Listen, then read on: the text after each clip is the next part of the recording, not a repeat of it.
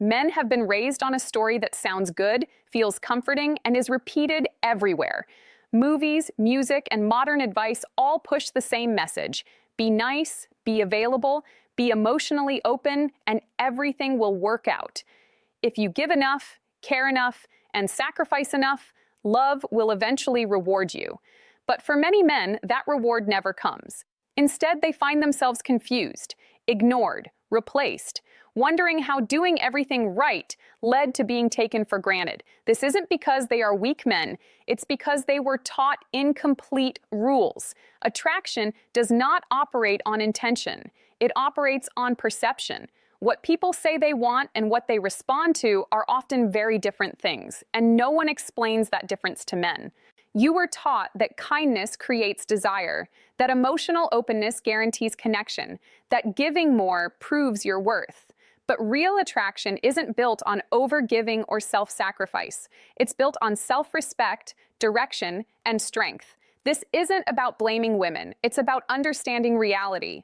Because once you see the truth clearly, you stop chasing approval and start building something far more powerful, yourself. Kindness is not the problem. Respect is not the problem. The problem is when kindness replaces strength and respect replaces boundaries. Most men were taught that being agreeable, understanding, and endlessly patient would naturally create attraction. So they give more. They try harder. They show up even when it costs them their dignity. But attraction doesn't grow from overgiving. It grows from value. When a man is always available, always accommodating, and always agreeable, he slowly removes the tension that attraction needs to exist. There is no mystery, no challenge, no sense of depth. What remains is comfort, and comfort alone does not create desire. Being nice without standards sends a message, even if you don't intend it to. It says your time is flexible, your boundaries are negotiable, your needs come second, and while that may sound generous, it quietly lowers respect. Strong men are not cold. They are kind by choice, not by fear. They give, but they do not overextend. They listen, but they do not abandon themselves. Their kindness is rooted in self-respect, not insecurity. The moment you understand this, everything shifts. You stop trying to earn attraction through effort and start allowing attraction to respond to who you are. And that is where real confidence begins. There is a difference that changes everything in relationships, and most men are never taught it. That difference is need versus choice. On the surface, they can look similar. Both involve desire, both involve attachment. But emotionally, they create opposite results. When a man needs a woman, his behavior shifts. He becomes overly cautious. He avoids disagreement. He seeks reassurance without realizing it. His attention becomes constant, his energy becomes restless, and his fear of loss begins to guide his decisions. Even if he never says it out loud, the message is felt: I need you to feel okay. Need creates pressure, and pressure suffocates attraction. Choice, on the other hand, feels calm.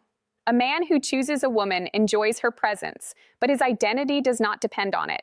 He doesn't rush to prove himself. He doesn't panic at silence. He knows that his value exists with or without her attention. That emotional independence is what creates polarity. It allows attraction to flow naturally, without force or strategy. When a woman senses that a man is with her because he wants to be, not because he needs to be, respect deepens. Attraction responds to stability, and stability is born from choice, not dependency. Chasing feels natural when you care about someone. You want to stay connected, to show effort, to make sure nothing slips away. So you initiate more, you reply faster, you adjust your schedule, you make yourself available at every opportunity. But over time, something shifts. When a man chases consistently, he unintentionally flips the dynamic. Instead of attraction flowing freely, it becomes imbalanced. One person invests, the other observes. One person pursues, the other receives. And attraction rarely survives that imbalance. Chasing communicates urgency. Urgency signals insecurity, even when your intentions are genuine. It tells the other person that your emotional state depends on their response.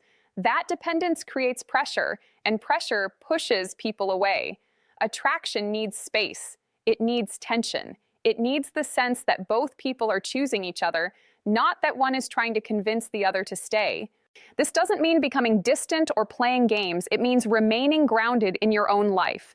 When you stop chasing, you don't lose interest. You reclaim your center. The strongest position is not withdrawal or pursuit. It is self-containment. When you are whole on your own, attraction is free to move toward you instead of away from you. A man without direction often looks to relationships for meaning. A man with purpose builds meaning first and invites others into it. This difference is subtle, but it changes everything about how attraction works. Purpose gives a man structure. It organizes his time, his energy, and his priorities. When a man is committed to something beyond attention or validation, he naturally becomes less reactive. He doesn't wait for messages to feel good. He doesn't need constant reassurance to feel grounded. His focus is already anchored. Attraction responds strongly to this kind of stability. Purpose doesn't have to be dramatic or public. It can be a career, a business, physical discipline, creative work, or a personal mission. What matters is that it exists independently of anyone else's approval. When you build something that matters to you, your presence changes. You move with intention. You speak with clarity. You stop chasing because you're already moving forward. A woman doesn't want to replace your purpose. She wants to be part of it. When your life has direction, attraction has something to align with. Without it, relationships become the center of your identity, and that weight eventually collapses them. Purpose isn't about impressing anyone. It's about becoming someone you respect. And that respect is what others feel first. Boundaries are not about control. They are about clarity. They define what you accept, what you allow, and what you walk away from. Without boundaries, a man slowly gives up his self-respect without realizing it. Many men believe that tolerating bad behavior is a sign of maturity or emotional strength. They stay silent to keep peace. They overlook disrespect to avoid conflict.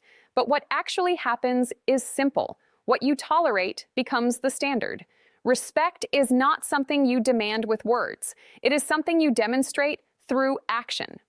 When you calmly enforce your boundaries, you communicate that your time, values, and dignity matter.